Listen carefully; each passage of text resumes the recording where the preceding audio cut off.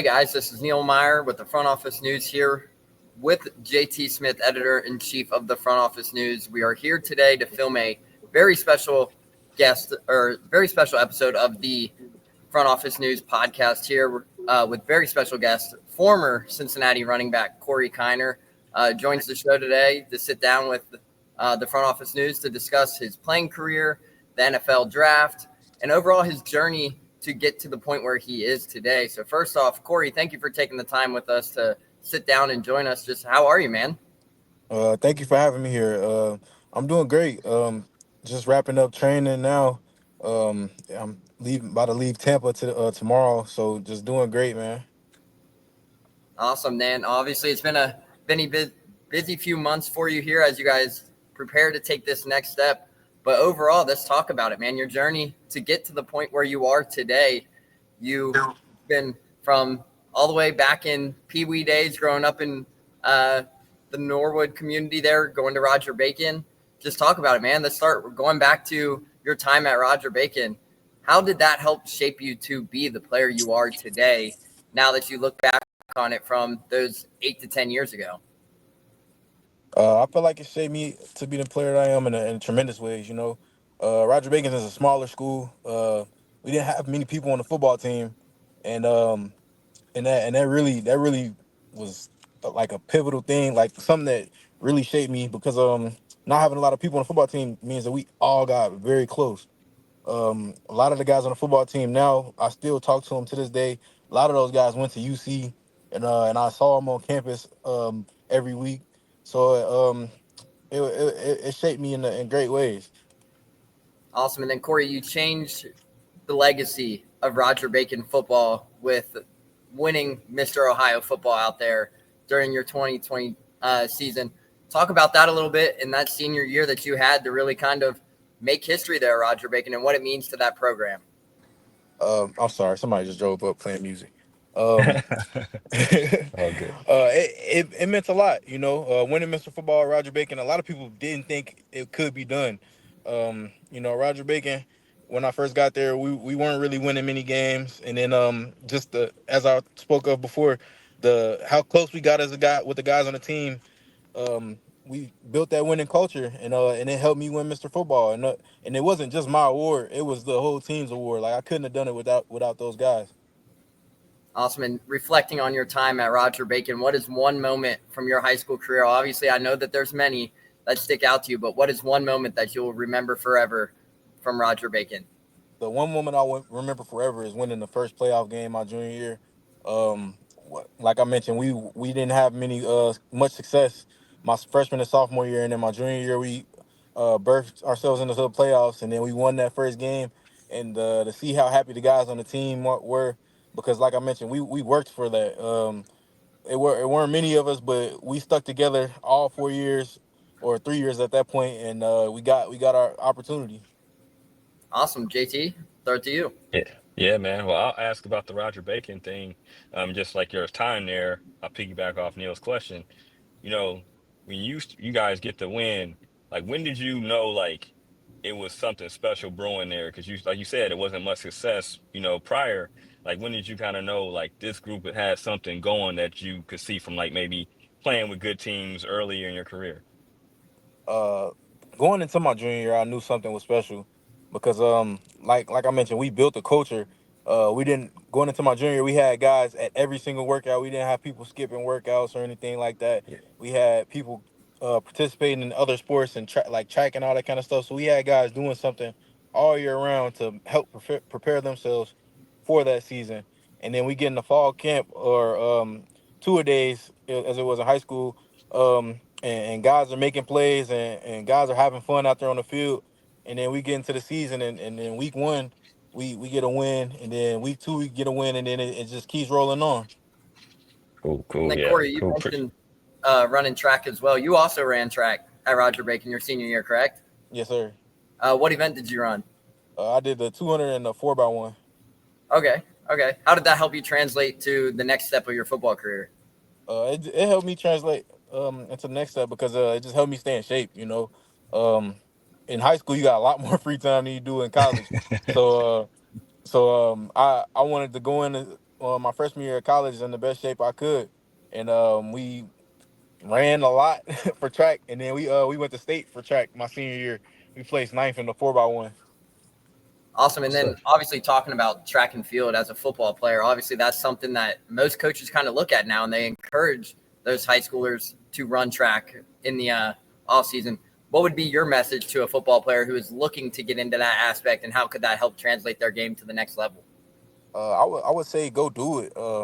You got a lot of free time in high school, and then it'll help you stay in shape, help you build that speed, and then also the relationships that you get with the track guys, the women and men on the track team, and the track meets. That was the best part about running track in high school is the track meets.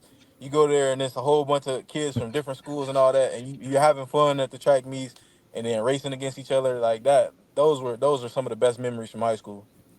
And then your next step of your journey, right? So Roger Bacon comes, you're going through your recruitment process. You ultimately decide on LSU coming out of high school. Talk about how weird that recruiting process was for you. Obviously, people who followed you know the journey.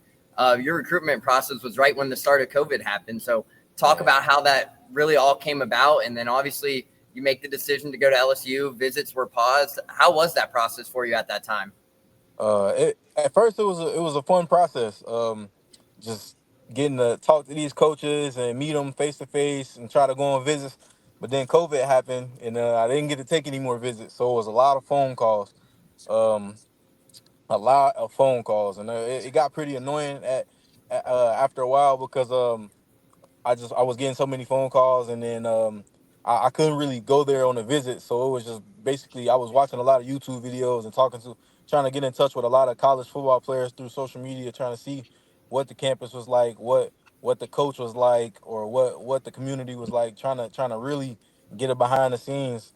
But I wouldn't trade it for the world. It got annoying, but as a high schooler, like that's what every high school football player wants to go through. They want to be recruited highly by a lot of different coaches. They want these coaches to be calling their phones. So I'm very grateful for it. And then that one year you had down in New Orleans, talk about how that went in your relationship with Coach O during that one year and how he kind of shaped you to be the player you are today. So Coach O was a great coach. I mean, I loved Coach O, but I feel like he helped shape me to be tough. Coming in freshman year, coming from high school, I mentioned as in high school we didn't have that many guys. So at practice, I wasn't getting touched in practice. They didn't want me getting touched. Whereas in college, first practice, I gotta run through somebody's face. Next practice, I gotta run through somebody's face again, and it's just on and on. So it just shaped me to be tough and be the same guy every single day. I had to bring my A game every single day. We had guys like Derek Stingley on the defensive side, Damone Clark, guys like that, and then on the offensive side we had Kayshawn Butte and Tyron Davis Price, like guys like that. Like those were guys who I was competing with, so I had to bring my A game every single day. And you mentioned some of those guys that from that LSU roster, obviously the 2021 LSU roster, Kayshawn Butte in the NFL, Malik Neighbors, Brian Thomas, both up for Offensive Rookie of the Year this past year. Derek Stingley won a Rookie of the Year, Defensive Player of the Year, first team selection. Talk about how unique it was to kind of play with all those guys who are having that kind of success at the next level. And another side by side question, follow up on that. Who was the better wide receiver that you've seen between Malik Neighbors and Brian Thomas Jr.? I know there's a lot of debate there, but who was the better wide receiver in your eyes? So it was very unique playing with all those guys at one time. It was very cool. Like I mentioned, coming from high school, I didn't really get that, and then coming to college, it was kind of a shocker. Like opened up my eyes, and being able to compete pushed me to push to another level and to raise my level of play and my talent and all that. But they're both great receivers. I can't really pick one who's better. I mean, they both do their own thing very great, very well, and I wish the best for both of them. We were both all in the same freshman class, and it was a pretty great freshman class. Were you able to get some advice from them as you take this next journey through your process? Are you still close to some of those guys? Yeah, I speak to them every time some they make a play or something like that. I'll hit them up on Instagram or something like that. I try to stay out of their way. I know they got a lot of people hitting them up, so I don't want to be one of those guys that's just always hitting them up, asking them stuff. So I always wish them luck, say good luck or good job, and all that kind of stuff. But just I kind of stay out of their way. Awesome. I'll throw it back to JT. All right, cool. So I'm gonna jump around, man. I know Neil, I think, has some UC questions lined up, but I'm gonna ask you just about the process, man. You were one of the few people that got picked to go to the NFL Combine. Like, how did you prepare for that? How was that experience? Because it's something that a lot of people can't take lightly. That you get that opportunity. Yeah, yes, sir. So it was a great experience. It was a tough experience. It was probably the hardest I've worked throughout my life. And I thought I worked pretty hard in college, but Yeah. like I mentioned, you find that next level that you want to get to, and you got to raise the talent and the skill level. So this offseason, I came to Tampa, and I was training with Yo Murphy at the compound for and it was a lot of great guys here. So each and every day we were competing. Trying to see who can get the fastest time in this drill, see who can run as fast as in this sprint, see who can move the fastest. Just we were competing every single day, so it was a grind, but it was also great because I made a lot of great relationships down here. Cool, cool. So like what did you feel like your training was able, I know I'm throwing a curveball, but do you feel like the training prepared you for what Oh the yeah, combine? oh yeah, for sure. I really feel like Okay. the training really prepared me for the combine, the physical and the mental training. Yeah. The combine is a lot more mental than guys think it is. They think it's all physical, but the stuff that you see on the field is a tiny part of what goes on at the combine. It's a lot of meetings, a lot of talking to you, coaches and Yeah, scouts talking to you, a lot of regular people talking to you, and you just got to be on your A game 24/7. And which that wasn't really hard for me. Like I always treat people right, treat people with respect, and then just always like that's how I was raised. But just the field part yeah. was a small tidbit of everything that goes on, and I feel like I prepared well physically and mentally. Dope. So I'm gonna ask in general, like how many, you talk to a lot of, I'm pretty sure you talk to a lot of coaches, a lot of GMs. Like, how many teams in total do you feel like you might have spoke to at the combine? I'm not sure. I wrote it. I was like, I want to say like 10. I want to say. Okay. Um, yeah, but I mean, you never know. In today's day and age, like a team that you didn't talk to could pick you. Everybody's Yeah, always watching. Like I mentioned, everybody's always watching. They're watching how you're meeting with other teams, how you're speaking with scouts as you're walking through the hallways and stuff like that. So it's like you just gotta stay on your A game, which that's that's the way I live. Trying to stay on my A game, respect everybody, and put my best foot forward. for sure, man. No, just from my dealings with you and just being around, man, you always been respectful and just a good dude, man. So I just want to let you know that, give you your flowers too, man. I know you grinding and thinking about like the next step, man. But the media side, at least in Cincinnati, man, we got a lot of respect for you and want to give you some flowers, man. I appreciate you guys. Yeah, No, for sure, for appreciate you sure. too. I'm gonna pass it over back to Neil. Yeah, Corey. So obviously we talked about your journey going through that 1 year at LSU.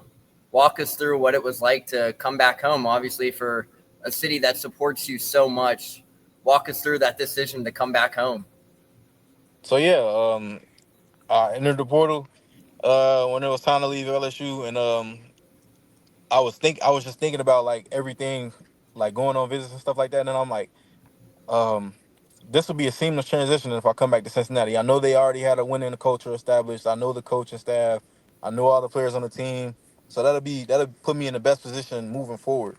And going coming there 2022, it was a pretty slow year for me. I didn't really get much playing time, but I sat and I learned, and I worked harder, kept raising that playing level, kept raising that skill, and just kept working.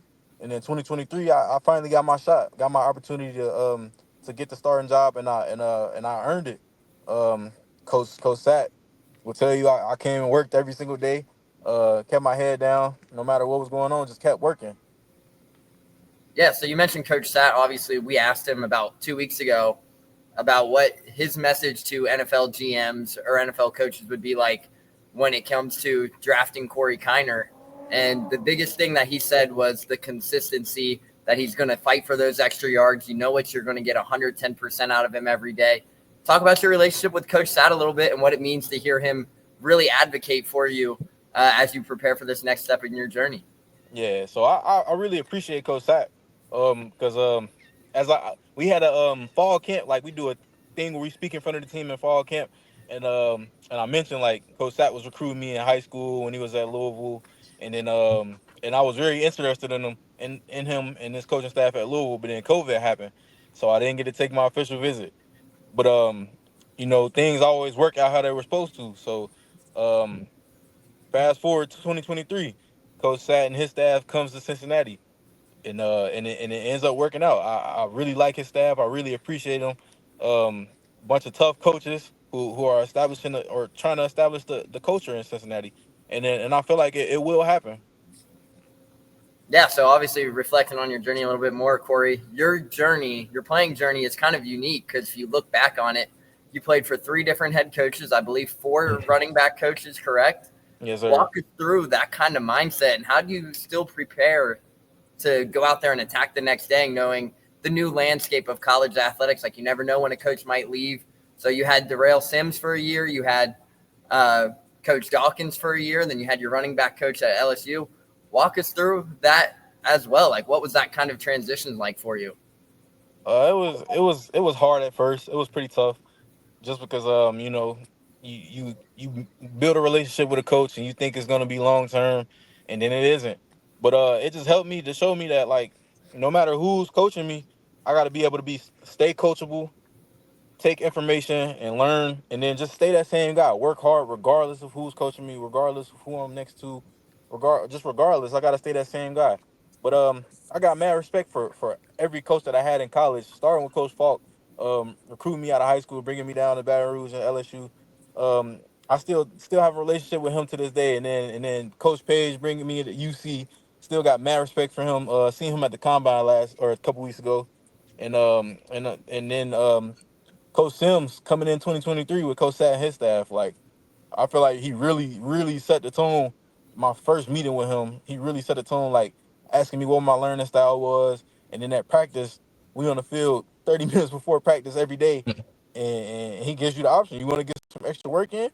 Because he gonna be out there. And yeah. So the other running backs and me, we were out there every day before practice getting extra work in, and then after practice gave us the opportunity to get some more work in. So just really, really helping me build that mindset and build that confidence in myself that I needed, and it helped set the tone, and really helped me put my best foot forward in 2023. But Coach Sims, um, he had to do what he had to do. He got a different job, and real happy for him. Still speak to him to this day. Got mad love for Coach Sims, and we get Coach Dawkins, and kind of the same. Coach Dawkins comes in day one, sets the tone. Great coach, teaching us, giving us the opportunity to get extra work in the meeting rooms and on the field and stuff like that. And then Coach Dawkins is a great coach. So the guys there now got a good guy to learn from. Obviously, you mentioned too that you saw all those guys down at the combine. Coach Dawkins in attendance as well. How cool is it to see just a coach that's only kind of known you for a year to come out there and support you at the NFL combine? It means a lot to me. Because like I mentioned, like you said, we've only known each other for a year, but I mean, Coach Dawkins is a great coach and a great person. I told him after the last game of the season, like, I appreciate you, coach, and like telling me telling me everything to expect moving forward. Like, these coaches are going to be asking you to draw up these plays. You got to know how to draw this. You got to know everything. And it's like every day after football, I would go home and I would study different defenses, study different fronts, and all that kind of stuff to prepare myself. And I texted him a couple weeks ago, like, man, y'all really prepared me very well for these moments, because I'm doing very well in these meetings. Awesome. And then obviously talking about the NFL combine as well. You had 19 reps of 225 on the bench press there. Talk about Yeah, what Coach Nico Palizzetti has done there in the weight room and how he's really helped you make that transition and grow as a player. yeah. So Coach Nico is probably my favorite coach ever in life. Because just the energy that he brings every single day. Like, you could walk into a room and you could be sad, mad, but Coach Nico is gonna bring that same positive energy every single day, and it just makes you. It's so contagious. It makes you want to work out. It makes you want to be better, not just physically, but like mentally. So I try to one thing that I really picked up from Coach Nico is trying to have that same positive mentality every time I walk into the room. I try to walk into the weight room every single day with a smile on my face, jumping up and down, dapping the coaches up, dapping the players up, trying to get everybody ready to work out and ready to get better. Because it's easy. It's easy to just fall into that habit of going through the motions and just doing it just to do it. But like you got to have that energy because, like I mentioned, positivity is contagious, and Coach Nico's positivity is very contagious. And I caught some of it. So, Awesome. I'll throw it over to JT. cool. Well, Neil, man, I was gonna ask, do you have any other questions lined up? Because I was gonna keep my last question for like the last one. Last one. Yeah. Yep. So, Corey, obviously, I know you're still pretty close with some of the guys that you played with today. I don't know if you saw the press conference last week, but Dante Corleone gave a strong message to uh, the city of Cincinnati, essentially, and what it means for a player like him who could have essentially left Cincinnati, but elected to stay at Cincinnati and finish the job that he has started. And his quote was that he wants to prove that to people that you are capable of making it to the next level from Cincinnati as well. You being a Cincinnati guy, what does it mean to have a message like that come from a guy like Dante Corleone and really kind of change the high school landscaping and wanting to keep that local talent home? It means a lot, and that just speaks to who Dante is as a person. Uh, was very overlooked coming out of high school, still being overlooked now, in my opinion, because he's probably, if not one of the best, if not the best, one of the best in the country as far as defensive line.